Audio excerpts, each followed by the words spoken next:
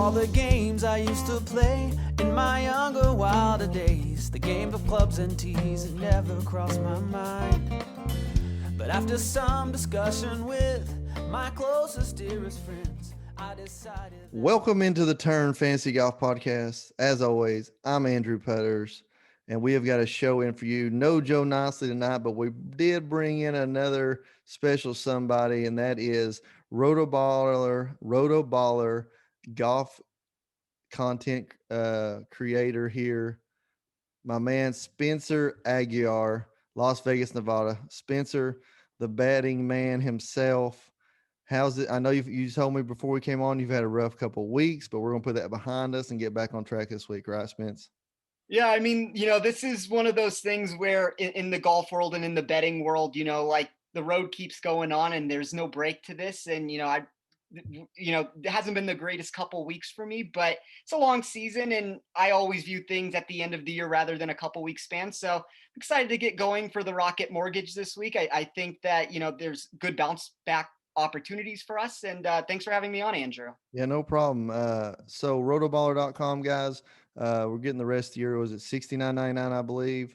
If you use Spencer's discount code TOFF, you'll even get another 10% off that. What that gets you is a plethora of paid for articles, insights of what these guys are thinking that look at this every day, guys. You can also use our player model. And Spencer has a daily model breakdown every week for showdowns because that's becoming more and more popular every day. Rotoballer.com. Use the promo code TOFF. It is the best place in the world for your daily fantasy needs. Now we got that out of the way. Last week, Travelers, meltdown city. As my brother said, he looked on there. He needed Watson to finish in the top 5. He had a one-shot lead, leaving 12. Thought he had it in the bag. Went outside, weeded the yard, came back in. He was down 2. Man, what happened last week, Spencer? I don't know. I mean, that's not what you expected to see from Bubba. I mean, as you mentioned, I run a showdown model every single week, and my model was all over Bubba for the final round there. So it's a disappointing finish from him. I'm not really sure what happened. It's not the most difficult course. I mean, there are mistakes to be made, but he imploded. He completely ejected there for a 3 or 4 hole span. We saw Brian Harmon make a run. I know you, Joe, and I, all 3 of us had him for the one and done. He had a chance to win the tournament late. He dunked it into the water on 17, took himself out of it. Leishman made a nice run on Sunday. English and Hickok, that was quite the finale between them in the sudden death playoff. It was a very exciting tournament to watch for television. That felt like, I mean, we're recording it the next day and it feels like it still hasn't ended with that sudden death with them. But it was a good tournament. I just think that, there was a lot of that went wrong for some of these players on the top of the board. And it's what we see with these golfers. Like when they're good, they're good. And when you put them in pressure situations, sometimes they just don't close the show for whatever reason that there is behind it.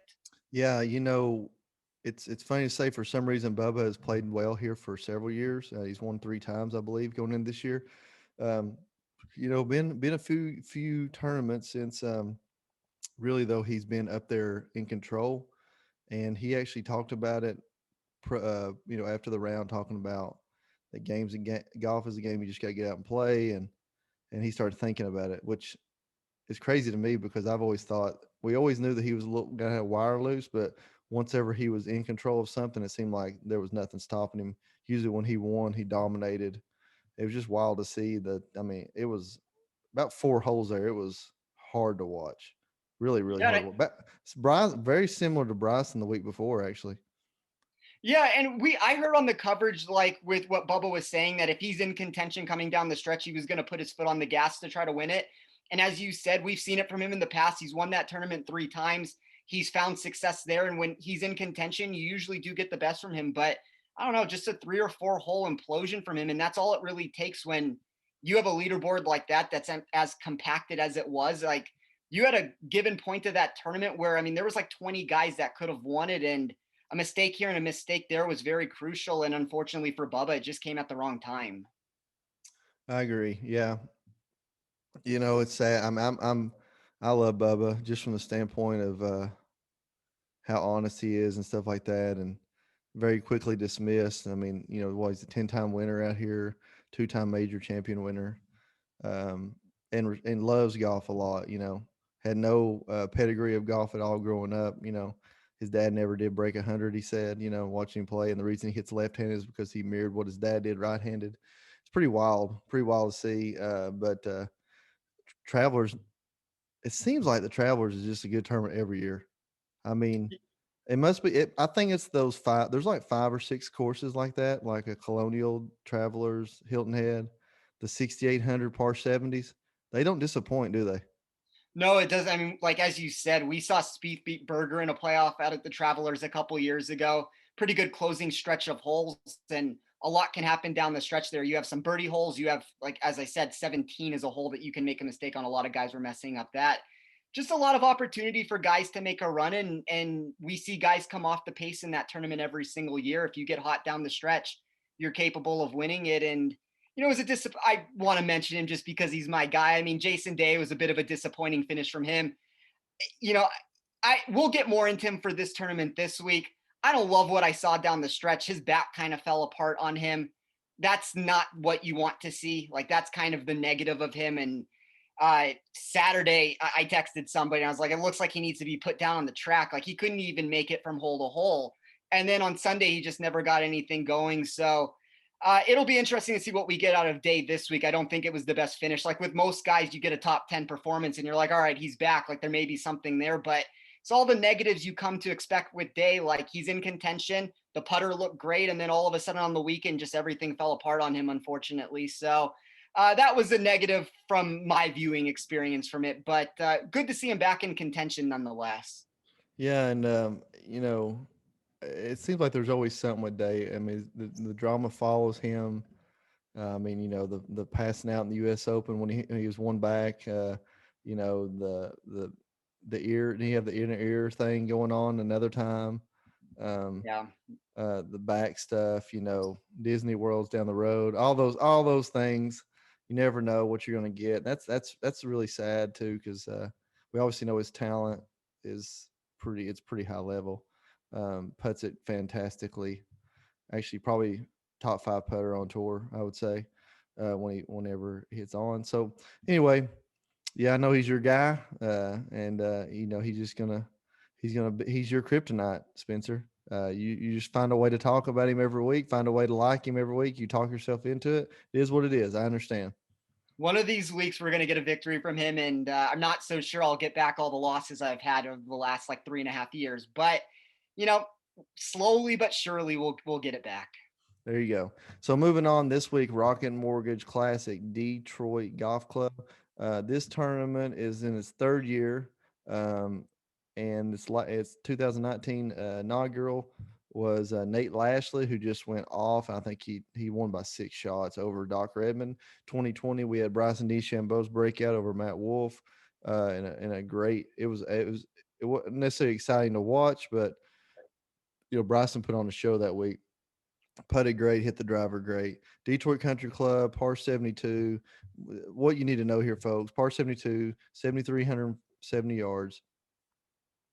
Poana greens mixed with some bent bluegrass rough. It is going to be a birdie fest. 4 par 5s. They can reach them all pretty much. Birdie, it's just going to be a birdie fest. Golf course was designed by Don Ross in 1916, renovated by Robert Trent Jones and Arthur Hills in an unknown year. It looks like so. Yeah, just know that it's going to be a birdie fest. Looks like maybe 1989 was the redesign, maybe. Anyway, that's not important to this whole conversation. So, what do you think going into it, just from the course standpoint? Anything you want to point out just from the course? Yeah, I mean, I think like when you mentioned the winning scores of 25 under and 23 under, I think that kind of shows what kind of track we're in for this week. Strokes gained tee to green is 8% less impactful to the total dispersion of scores, which means putting rules the day at 43.7% on the strokes gained rate. That's about as high as I've ever seen, and probably explains the lack of rollover statistical data between the 2 years. 2019 had more importance on strokes gained approach. 2020 saw strokes gained off the tee play a larger factor. And as someone that doesn't place much of an emphasis on putting, this week has required me to think a little outside of the box for what I do. So if I get into my strokes gained data from what I incorporate into my model, and I actually talked to Joe a little bit before we went on air. I know he's in the mindset of strokes gained off the tee and birdie makers. I don't have a problem with that. And I believe that's certainly one way you could go. But I handicapped the board with more of an emphasis on proximity, some random putting stats that I compiled together, and guys that could score. So the big chunk of my weight came from a weighted putting plus weighted proximity category. I essentially looked at what percentage of shots came from where and recalculated a proximity total that was suited for Detroit. I then looked at each golfer's make percentage from 0 to 5 feet, 5 to 10 feet, and 10 to 15 feet, and compared it to historical data we have over a 2-year sample size at this course. And that's an extremely convoluted answer to say that I'm looking for players that will not only hit their irons within a makeable range, but will also give themselves a better chance to make that putt. The next two categories for me were strokes gained total on easy courses and par 5 birdie or better percentage. Anytime we have 4 par 5s, that birdie or better category will weigh heavily for me. And the strokes gained total on easy courses was an artificial way to add more scoring to my model. And then I wrapped it up with an overall birdie or better percentage and a weighted off the tee plus approach rank. I just think pinpointing scores is important, and looking at some off the tee plus approach won't hurt in finding golfers that will create opportunities. So I'm kind of more in the mindset of give me the guys that are good with their proximity ranges, give me the guys that are most likely to make the putts, and then a plethora of scoring data in there. And, unfortunately, when you build a model like this where it's scoring heavy, when you look at these boards, like when you look at the US Open, when you look at these big tournaments, the reason why the cream rises to the top in it is because you have these tournaments where it's just harder to score. And when you get these tournaments where everybody's making birdie in it, you kind of run into this problem to where everybody's in play. All the Corn Ferry guys, all the, guys that are able to make birdies and get hot for a few days with their putters. So it's just a hard tournament to handicap. It doesn't mean that we can't do our best trying to do it, but these birdie fests add a different layer and wrinkle into the mix of everything. You had a lot of information there, but I will say this is I could not agree more with you on the proximity stuff, or maybe possibly, like you said, bringing the whole field into play. I mean, literally, when you see a major championship, 25, 40 guys maybe has the Yeah. opportunity to win. This tournament probably, if there's 144 in the field, 120 of them could win if they get hot with the putter, realistically, or get hot for just a few days. What I like to do strategically is go through here and scratch off. My first thing is that if there's 140 guys in this thing, I'm gonna eliminate 75 right out of the gate. That's the first thing I'm gonna do. So starting with that, Bryson DeChambeau, he's getting marked off for me. Defending champion, Meltdown City last week at the U.S. Open. He's 11-4 this week. And we know that around the green he struggles, right? Right, Spencer.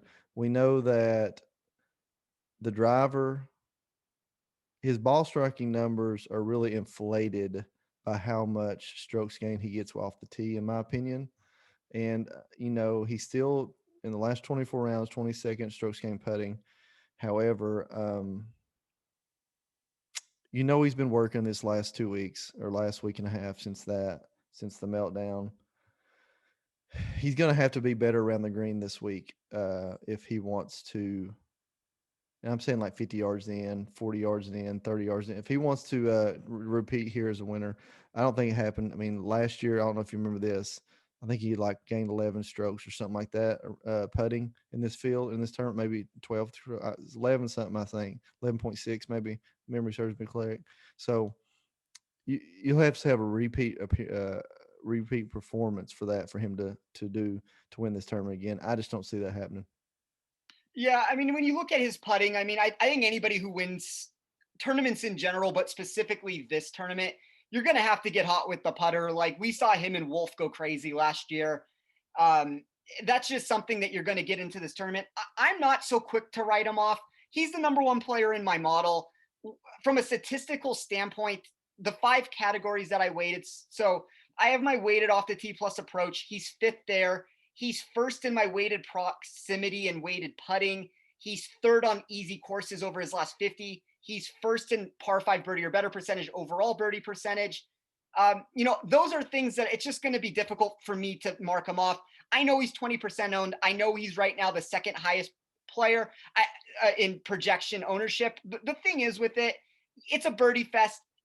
We mentioned this already. These guys can come from nowhere and kind of like come down the board and win. 11,000 a lot. 11,400, sorry, is a lot to pay for it. But I don't know. I mean, I think he's the highest priced guy for a reason. So I think he has winning upside. We've seen him conquer Detroit Golf Club before. He's somebody that is on my short list. I think he's the favorite for good reason on it. And it's just, he's going to have to execute from the distance that you mentioned. Like his short irons are always the problem. He's 138th for me in his proximity within 100 yards. That's really where his biggest problem comes from. If that becomes a problem, then he could run into issues this week. But even if I'm not waiting off the tee and distance as much as some people are, I still think that the distance helps. I mean, you can never view that as a negative. Right. Yeah, I'm this week, like I said, 11-4 is a lot. That's why I'm scratching him. I'm almost like 1,000% scratching the top few names off the board. I do like a Patrick Reed though, right below him. He makes a lot of birdies every time he plays golf. And even though this is a birdie fest, I mean, Webb Simpson can make birdies. The golf course is not too long for him. Last year finished, I think, T8th, in his only appearance here. I like him a lot, and I actually also like Matsuyama. I like all three of those guys in this topper tier. Let's say 10,000 above. I even like him over a Zalatoris, who's 10K. Zalatoris to me looks like probably his game's more fit for the major championship style golf, and so tournaments like this, I'm just not going to be on him. So those next four guys, you got anything you want to bring up about them? Because the next stack, the 98 to 9K, there's a lot to talk about. So go ahead and knock these top guys here and tell me what you think about them. Yeah, I think Patrick Reed at 10,900 is probably the safest play on the board. I mean, if this has a chance to turn into a putting contest, Reed should be on any short list that you look at as options. He ranks 8th in this field in my weighted putting category and also comes in as one of the better overall birdie makers in this field. Webb Simpson, I agree with you on this. We heard Paul Tesori, who's his caddy, mention if he's playing in a non-WGC or a non-major, he believes he has a chance to win the tournament. At 10% ownership, I don't think people are flocking to him, as much as I think they should be. He's second in my model this week behind Bryson. I think he's a great GPP target. I think you can get leverage on the field playing him. And Hideki's an interesting person. Hideki for me ranks 6th overall, 7th from upside, 7th for safety on it. So really no problem. I mean, yes, that's a little bit lower than his going rate as far as the price tag. He's 4th on the board, but very small difference there. I mean, I guess the one problem would be you're going to have to make putts. If I don't believe Matsuyama can make enough putts, probably can't win the tournament. We've seen it in his last 2 years here. Been perfectly fine, 13th in 2019, 21st in 2020. I just don't know if he gets enough putts out of him. I don't have a problem playing him. I think he's relatively safe for cash games. And then I agree with you on Zalatoris at 10,000. Like if I'm going to fade somebody, it's going to be him. I get that, this is a Corn Ferry type feel to this tournament. Maybe this is what Zalatoris needs after making 0 birdies at the US Open and missing the cut. But he's the only player in this section that ranks outside of the top 10 golfers in my model. I think that's a problem. And it's not like we're getting a reduction in ownership from him. He's going to be 12, 13. Maybe he trickles up even a little bit more than that. Like at 12%, I would rather play anybody above him. And as you mentioned, in the $9,000 range, there's a lot of guys to talk about. And I'd rather go down and pay down in salary for, a guy like a Neiman or a Kokrak or somebody like that. Yeah, 100%. Yeah, 98, moving on down, 98 to all the way to 9,000. You got Keegan Bradley, Wolf, Bubba, Sanjay, Kokrak, Neiman. I think Neiman has possibility of being the highest owned player on the whole slate. That's without looking at any ownership expectations. Maybe the only person. Are people still concerned with the Wolf situation, or are they past that now? you think? Well, right now, Neiman is projected to be the fourth highest owned player. Wolf is projected to be the 22nd highest Okay. owned. So yeah, Joaquin Needham, he's probably the chalkiest player I see in this early on 9K and above, in my opinion. That's just because we know that he hits the ball a long way, hits it straight, um, and at times can get streaky with a putter. That's the key right there. At times, so he's going to be a risky play, more so than like a Kokrak or Sunjay would be. However, I think really Kokrak's game is once again suited for major championship golf. Suited more for a course that makes you hit the fairway off the tee, and hit a lot of greens in regulation. Actually, was been a little bit disappointed of his game as of late, but what what I like about Needham is Joaquin Needham is that over his last 24 rounds, strokes gained off the tee 13th, strokes gained putting 37th, and those are two statistics that I'm going to be looking for when I'm compiling my team this week. That grouping, what do you think? I mean, I'll throw this out there. Right now, the highest projected owned player on the slate is Jason Kokrak at about 21%. Um, I like Kokrak. I think he's a safe play. I think you can pencil him in for cash games all day long. I think if you're looking for GPPs, Neiman might have more upside because of the streakiness with his putter. Kokrak's been an amazing putter in 2021. And I think that's something for a reason why he has a chance this week. The one thing I will say with Neiman is if you're going to give me about 10% less ownership on him, I think it does make sense in mass entry fields to maybe look that route. Single entry, three maxes, cash games. I think Kokrak makes some sense. He's third in my model across the board. So I don't really have anything negative to say for him. As far as Wolf goes at 9,100, I kind of like him. I didn't like him last week. He was my fade of the week of the people I was looking for. I just thought it was a ridiculous price tag. And yes, I mean, it's borderline ridiculous again at 9,100, but he grades as a player that should be kind of in this range. He's eighth overall for me. He's sixth from an upside perspective. And really the reason why he's grading that highly for me is second at this course last year. When we look at him on easy courses, he is second over his last 50 rounds. He is pretty much across the board. When you look at birdie stats, he's eighth in par five birdie or better percentage. He's 10th in overall birdie percentage. He is fifth for me in my weighted putting plus proximity category that I put together. So he's somebody that I do think that as a leverage play at roughly 9%, there's some upside there. I always think Sungjae possesses some upside at, about 6%. I think that there's miscut potential if the irons don't get better than they are. And then, I mean, to me, the one big fade in this region, which I seem to kind of be on my own here because he is about 12% owned. He's one of the highest players in this range, and he is overall 15th in ownership rank, would be Keegan Bradley at 9,000. I just think you could argue that a lot of what he does gets negated at this venue when you hand out high GIR percentage to the field. Bradley's going to have to be exponentially better with a lot of those ball striking metrics than he usually is. The putter's typically not there for him. I think that if he goes cold in any facet of his game and we don't get this bounce back, like we mentioned, or you mentioned with Neiman, at least he has the ability to get hot with the putter. Like that's a reason why Neiman can go out and win the tournament. If Bradley's just going to be neutral or negative on the greens, then everything that he does gets taken away. And I kind of think you have a problem with him. So he's the only player 9,000 or above that grades outside of the top 40 for me. I don't really want him for any game type. I'm going to pass for him across the board. If he beats me with it. But, everybody else, I think there's arguments that can be made more or less in this range. Like Neiman, I like for GPPs. Wolf for mass entry tournaments. I think you can leverage ownership in a way. I think you can leverage ownership with Sungjae to an extent with it. That's about where I'm at, I would say, with this range. I mean, you have a lot of potential routes to go. Yeah, I love the king and look anyway. I don't know if I love playing him, but I love to look at him anyway. With this time, I mean, he bombs it off the tee. But like you said, he's going to be more neutral to negative with the putting, where at least Neiman could go off, right? We're not even going to talk about Bub. I mean, who knows? He's got to get hot with the putter. That does not make sense for him here. Now on to your guy, J Day. I mean, this actually is a perfect venue for him, really. If you look at it, what could be, this is hits the driver good.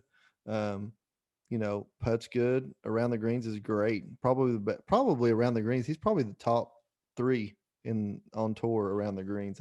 can only think maybe like Zach Johnson or maybe like an Ian Poulter that might be up there with him. But anything could happen with him, right? A back injury, like we've already talked about. I mean, anything could pop up and happen, right? So because, and I'm not, this is not a negative, but what has seemed to come out is that he is always going to put his family first, right? So if anything's going on with the family, he's done. So I'm saying anything can happen with Jason Day. You would love to play him here, but it's just hard to step off of that. I'm gonna throw out one guy in this price range that I like. Um, an interesting look would be Kevin Kisner, who ended up shooting like 64, 66 on Sunday last year, sneaking up into like third, I think, alone. And he actually played pretty good the past week. I thought he really had a chance to win this tournament going into Sunday, just kind of like out of nowhere. What about Phil Mickelson at 8,000 on a golf course where a lot of birdies? It's just the inconsistency is just too much. I don't know. I mean, I feel like if we take away Phil Mickelson's PGA championship, I mean, I don't, from what I would price him at and what he should be priced at are two different things. Like, I'd probably have him a $6,000 golfer, but what I'm trying to say here is he's $8,000 because of that PGA championship. I'm going to fade him until something changes.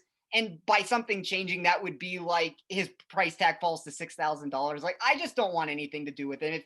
If he comes out and has another PGA championship type appearance, sure, it's a birdie fest. Maybe that has to benefit him. I agree with that. I just can't get myself to play him. Like, he'd have to be so much lower price than what he is for me to want to play him. And I just think with him coming off of a title, a major at that, you're just not going to get that number anytime soon. So for me, he's a fade for the time being and probably a fade for a while just because he's such a popular player in general. Okay. So who do you like in the 8K? Do you like anybody in particular? Higo? Well, Higo, my UNLV boy. So I mean, you have him. Like, I don't think that this is necessarily the greatest range. You start at 8,900. Day's the best golfer of all time. We can start with that. But the negative part of it is for everything you just mentioned. Like, I don't want to reiterate all the same thoughts with it, but if it's not his allergies, it's his back. If it's not his back, he's leaving for Disney World. If he's not at Disney World, he's doing something. And the thing is with it, I think you can take a chance with him at 6% ownership. He missed the cut here last year. I think that's negative to an extent, but I'm willing to overlook that. He's great around the green, as you mentioned. I just don't know what you're getting from cash games. That's almost an unwritten rule. Do not play Jason Day in cash games. There's just too many variables that come into play. If you want to take a shot in GPPs, I think the price tag's a little bit high based off of what he did last week at 8,900, but 6% ownership's good. There's an opportunity to leverage a little bit if you have him. I hate saying negative things about Jason Day. I don't have him very high on my model this week. And that's more so because I didn't put a ton of emphasis on around the green. Like, I think proximity numbers, I think that if you're missing greens this week, you're kind of out of the tournament. You're going to need, this is a high GIR percentage tournament. You're going to have to hit greens and regulations. And if he's having to thrive on that part of his game, I think we already have a problem with him. So I'm out for the most part in him. Hoffman's another UNLV boy of mine, but I don't know. I mean, 257th and a 30th in his last 3 starts. I think you could make an argument that he's the safest play in this range with 14 straight made cuts. 14% ownership kind of leads to that level of thinking he is the highest projected owned player in this $8,000 range. But I just don't love what I've seen. I think those are 3 bad results in a row. Fowler's intriguing to the extent that we've seen him out here 12th place last year. I think the miscut at the Travelers, I'm willing to forgive to an extent. Looked really good on Thursday, just epically blew up on Friday. I don't really know what happened there, but I'm willing to overlook that to an extent. 5% ownership means that you can try to take a shot there. My favorite play on the board would be Kisner, as you mentioned.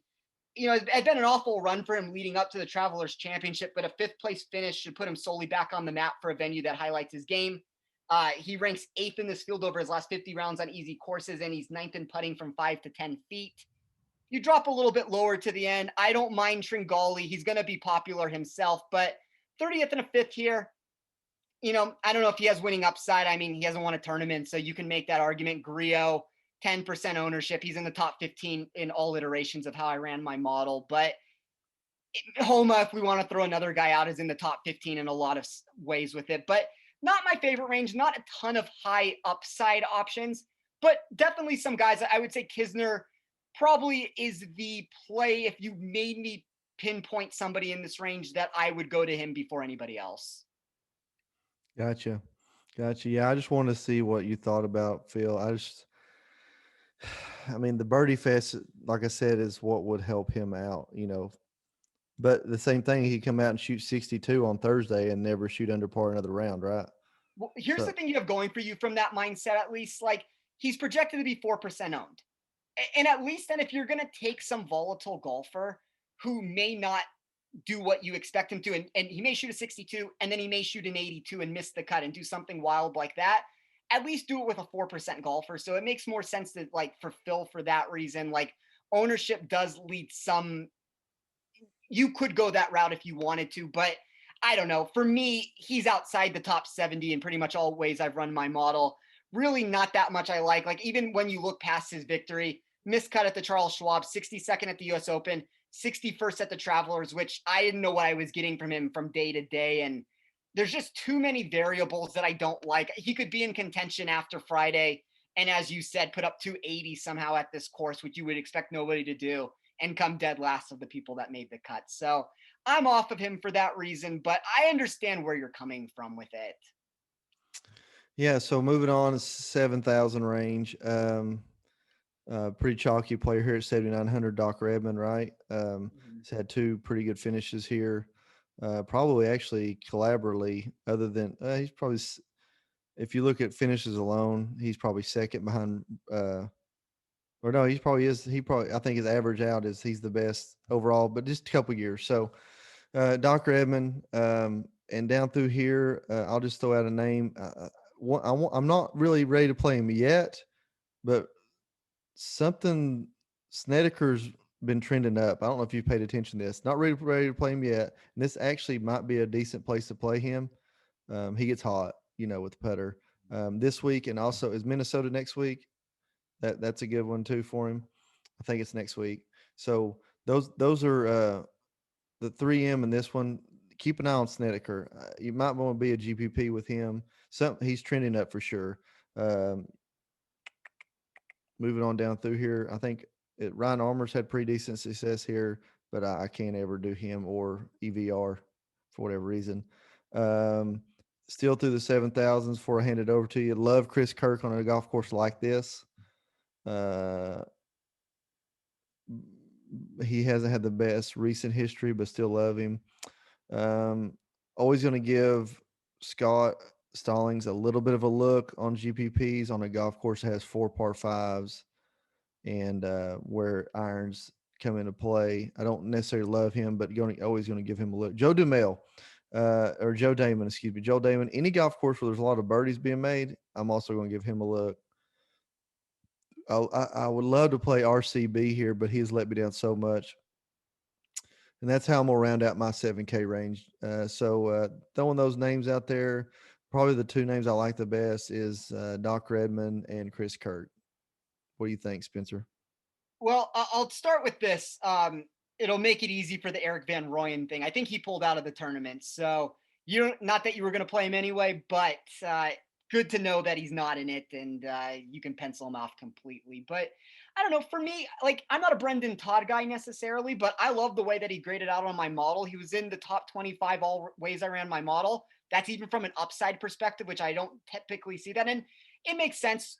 It's a birdie fest. The guy, if he's able, we know he's going to hit fairways. If he gets hot with the putter, he's one of the best leverage plays I have on the board. I have him nearly 30 spots higher from a leverage standpoint from GPP contests. And really, you would think safety, like cash games, is really where you would want to target him. But at 4% ownership, I like him for GPPs. I think Lucas Glover makes a lot of sense with his game. I do think that you run a similar risk of what you run with, a guy like Keegan in this, to where if the putter just doesn't ever catch up, that some of the ball striking gets negated, but shows up well for me in a cash game perspective. At least he's only 7,800, to where you're paying 9,000 for Keegan. I think you kind of have similar golfers where Keegan's recent stuff looks better. So, or at least from a high end standpoint. So you see that Maverick McNeely, he is 7th for me overall. I think he's a guy that I would be targeting for. I'm even fine playing him in cash games, but from GPP, 9% owned, 8th place here last year. If we scroll down a little bit, Lanto Griffin shows up as a GPP target for me, 21st place here in 2020. Couple made cuts in a row is nice to see from him. Chris Kirk, as you mentioned, you would think this is the type of course for him to get his game back on track. It hasn't been greatest run from him, but 26th at Memorial. He did miss the cut last week at the Travelers, but 27th for me overall. There's a little bit of value showing there. Not the greatest leverage play from a GPP sense. I do think you have some up and down nature from cash games, but any guy that ranks in the top 30 is typically somebody I will give a second look to. Patton Kazire, I really like him from a GPP standpoint. He was one of my biggest climbers. Now, I know he's missed both cuts here. I know he's missed his last 3 cuts in a row. That is why he's a 4% owned golfer. Unfortunately, sometimes like at 4%, you are willing, like if I play him at 10%, I can, be more than double on him on it. Hubbard at 7,300 shows up as a great value. And then if we go just a little bit lower than that, I'll stop it at this point. Cameron Davis shows up as a GPP value. He usually does. Hank Lebioda is a cash game play, even though he's missed both cuts here. He's a guy who's really turned his game around recently. And then that would be, I guess, about it for me. Doug Gim, you could make an argument for in the $7,000 range. I always can make an argument for Doug Gim. It doesn't seem like it necessarily works out most of the time with it, but it's about it for me in this range. I don't think, if I'm looking for a fade, like somebody who is going to be very popular, I'm out on Kyle Stanley this week. This isn't the same version of Kyle Stanley that's like a $6,100 golfer. You have to pay $7,600 to pay up to get him. At 12% owned in GPPs, I don't think there's enough upside for me to warrant to want to play him. So I'm out for him on GPPs. But yeah, I mean, Todd is probably my favorite play in this range. Maybe Maverick McNeely. Those would be the 2 guys I'm going to have the most exposure to for the week. Gotcha. Yeah, good stuff there. I love McNeely. Been all over him really since he played well at Pebble Beach. We've talked to him a lot. He's got some game, man, and he's young. As long as he keeps that same personality on the golf course, I really like him. 60, excuse me, 69 and going down, 6K range. One of the most important ranges that for a GPP. Interesting names down here that, first of all, there's a couple of guys here last week shot 65 in the open round. You had Henrik Norlander and Patrick Rogers both shot 65 in the open round of the Travelers. Neither one of them finished in the top 50. But I will say this. I remember last year there was 2 players we were really big on. Joe was really big on Patrick Rogers because he hits the ball well off the tee and putts great. And I was huge on Will Gordon coming off the top 3 of the Travelers. I think probably the whole world was huge. I think he was 30-something% owned in this tournament last year. And I don't know if he made the cut or not. I might have missed the cut on the number. I don't remember. But I just remember it was a complete meltdown with him. I mean, we were expecting huge things after that top 3 at the Travelers last year and just hadn't seen through. Love his game on this golf course. You would think it would make sense. But dropping down this 6K range, I want to throw out one player, an old vet that is trending up, who hits the ball a long way, and not really sure why he's playing better, not really sure why he played bad. I know during the pandemic he only played in like 2 tournaments. JB Holmes, he's playing under partial status. I don't really love even saying his name, but you would think, rewind 3 years ago, JB Holmes, you'd have been playing him in the 8K range, right? Now he's at 6,500. He played well last week on a golf course that he shouldn't have. I don't really know what else to say about that, but it just interesting to me. A lot like the Brent Snedeker, I'm always looking at like why these vets are trending up at times. Maybe is it there's something in their life that's freed them up to play more? Is it more injury free? Because let's be honest, they're going to be low percentage owned when you've had struggling vets that are playing well. So JB Holmes 6,500 is an interesting look for me. Other than that, I mean, I'm always going to look at Chase Seifert, Vincent Whaley. meltdown. I mean, one of the biggest choke jobs I've ever seen on a Friday sweat. 3 shots clear of the cut, shoots a 40 on the back nine, I believe. Um, needing a birdie on bogey's the 17th hole, number 8, needing a birdie on 18, had 76 yards in. He left it 20 yards short of the green. I told Joe, I think I texted Joe and said he's what's Wesley? I said he's a worse version of Wesley Bryant to me, and consistent wise. But you know, there's a ton of vets down through here that who knows what could happen. I mean, let's be honest. Pete Malinelli gets hot with a putter. Would it surprise you if he shot 20 under? Probably not. No. But most likely he's not, right? So I mean, you're gonna be. I mean, and that's a pretty good price to him at 6,400. We're still looking at see what John Pock's all about. Barely missed the cut last week. You know, a lot's been said about this. Um, these guys down through here, like Austin Cook, um, Chris Ventura, a lot of these names. There's been a lot of talk about them. They just hadn't ever showed their face yet. So 6K range. Are you looking at anything in particular? Is there any player that stands out that's maybe underpriced? I've already named out a few. Like I said, JB Holmes, I'll be giving a look at. Chase Seifert, kind of like. Other than that, Patrick Rogers, maybe Henrik Stenson. In 2020 there were several weeks tournaments that had 4 par fives. He hit almost every one of them in 2 because he's such a good ball striker, and that's an interesting look. What do you think about the 6K range before we close up? I mean, from a statistical perspective with Holmes, he wasn't somebody who graded well for me, but I kind of see where you're coming from with it. A 21st in 2019, 36, as you mentioned last week, a 50th before that. He's made 3 of his last 5 cuts. For somebody who was, as you mentioned, probably would be an $8,000 golfer a couple years ago, maybe you could even argue that he'd be higher than that with what you've seen with him. Like, I get where you're coming from with that. 1% own means that if you're correct and he is regaining his form, there's a lot of leverage to be had there. If I was to rapid fire through just a long list of guys, because I do think the $6,000 range has a lot of potential to fill in, in GPP contests. But Satoshi Kodaira at 6,800, we've seen his game come around recently. Austin Eckroat at 6,700, Adam Long at 6,700, Danny Lee at 6,700, Vaughn Taylor at 6,600. Harry Higgs in a birdie fest is always an interesting look at 6,600. Adam Schenk at 6,500. Now, Schenk doesn't necessarily possess as much upside as some of these other guys, but I think Schenk is a guy that's a price a year ago that was the price I was playing him at all the time. And game isn't looking quite as good as it was, but I think that's a good number for him. Aaron Baddeley at 6,400. Rob Oppenheim at 6,400.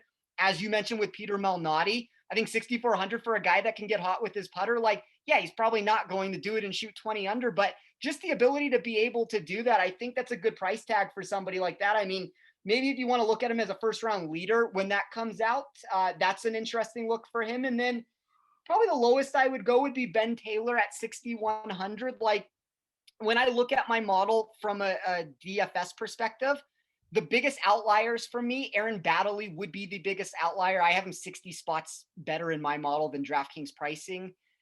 Chris Ventura is showing as somebody whose value I kind of worry about him. I run my model a little bit longer term than most people, so I think the recent form isn't quite as good as some of the longer term form from him. So I'm a little bit more hesitant with a guy like him. Ben Taylor, as I mentioned, at $6,100, he's a borderline cut maker to where if he gets through the cut, you never know. I mean, we have 35th from him at the Palmetto. With it, Oppenheim's another guy that shows up as value. Vaughn Taylor, Peter Malnati. Those would be the biggest outliers I have on my spreadsheet with it. And all those other guys fit somewhere in that range. Like Higgs was a guy from GPP contest that my model really liked. But I do think there's a lot of ranges and places you can go in this $6,000 range. And as we mentioned throughout this whole show and at the beginning of this show, like at these birdie fests, it opens up the tournament to the whole field with it. So I wouldn't be as concerned. Like if you have somebody in the $6,000 range that you're willing to take a shot with, like, you can go for it. I think that if any of these guys can get hot for a couple days, they can compete in this tournament. I think that's really all you're going to be looking for in the $6,000 range. And if you can get a made cut out of it, all the better. And GPPs are going to be won by picking the right guy of, the players down in this territory.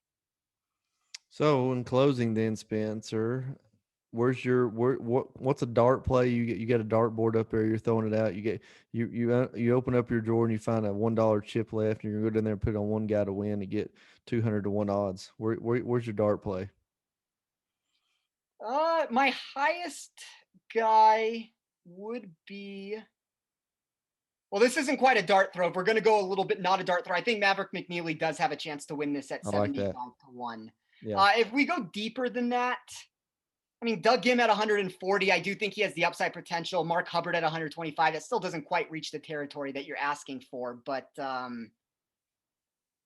mean, Von Taylor and Austin Eckroat are technically the Bryce Garnett, Tom Hoagie, Rob Oppenheim. And Harry Higgs. I guess those would be the guys that are in that 200 to 1 range that are within the top 50 golfers for me that are all showing positive equity with where they're at. Adam Long's another one at 160 to 1. I think there are some dart throws you can find, but if we're trying to find somebody like more realistic, it would probably be McNeely at 70, 75 to 1. Gotcha. So where's your heart at? Who you think's going to win? Well, we all know where my heart's at. So we'll bypass that. I mean, I would love to see Jason Day win this. I think that I'm a little bit opposite of you. I think Bryson DeChambeau is going to go back-to-back in this tournament. If he doesn't do it, I would look for Webb Simpson. I would look for, Patrick Reed, Joaquin Niemann. I think all those guys make a lot of sense. But I just think Bryson, I think this is a perfect course for him to be able to kind of just bludgeon the ball off the tee. And even if that's not the way I'm weighing the model, I think he's going to get around with it. And I mean, I don't want to bet him at a 7 to 1 golfer. And that's kind of where all the value gets lost on the board with it. But I'll go with the chalk. It's not really the most exciting pick to make, but I'll say Bryson goes back-to-back this week.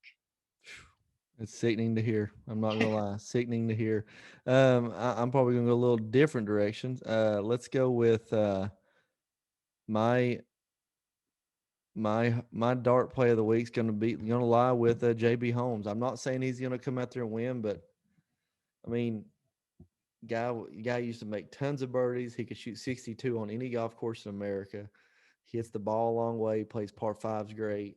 If he is making a way comeback, he's getting more comfortable. Getting Tiger Woods always talked about needing reps, like just needing reps, and maybe that's what we're getting into with him.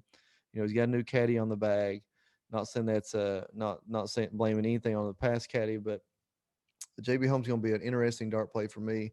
Wouldn't mind looking into the top 30, top 40 odds on that. Look for our roundtable article coming out. That might be in the best bet of the week for me. With that, but I'll tell you what, I like what you said about Webb Simpson's caddy saying that if not a WGC and not a major, he feels like he has a chance to win every week.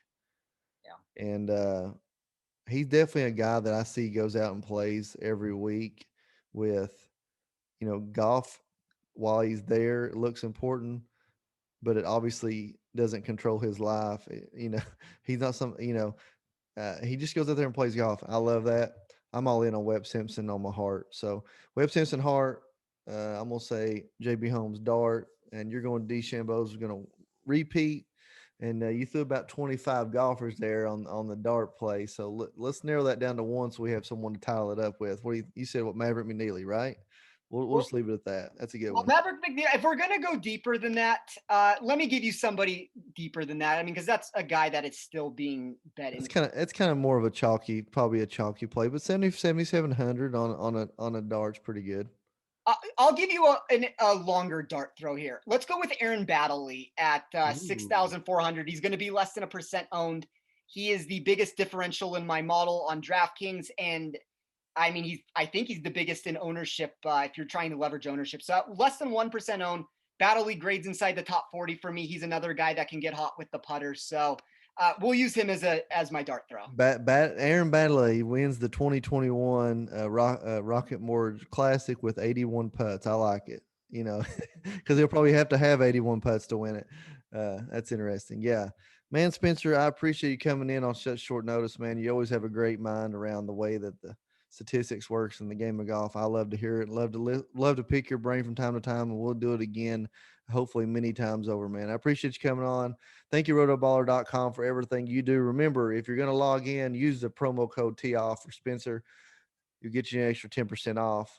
This is the Turn Fantasy Golf Podcast. But after some discussion with my closest, dearest friends, I decided that I'd give it one good try. But that was my first big mistake. I've already hit 3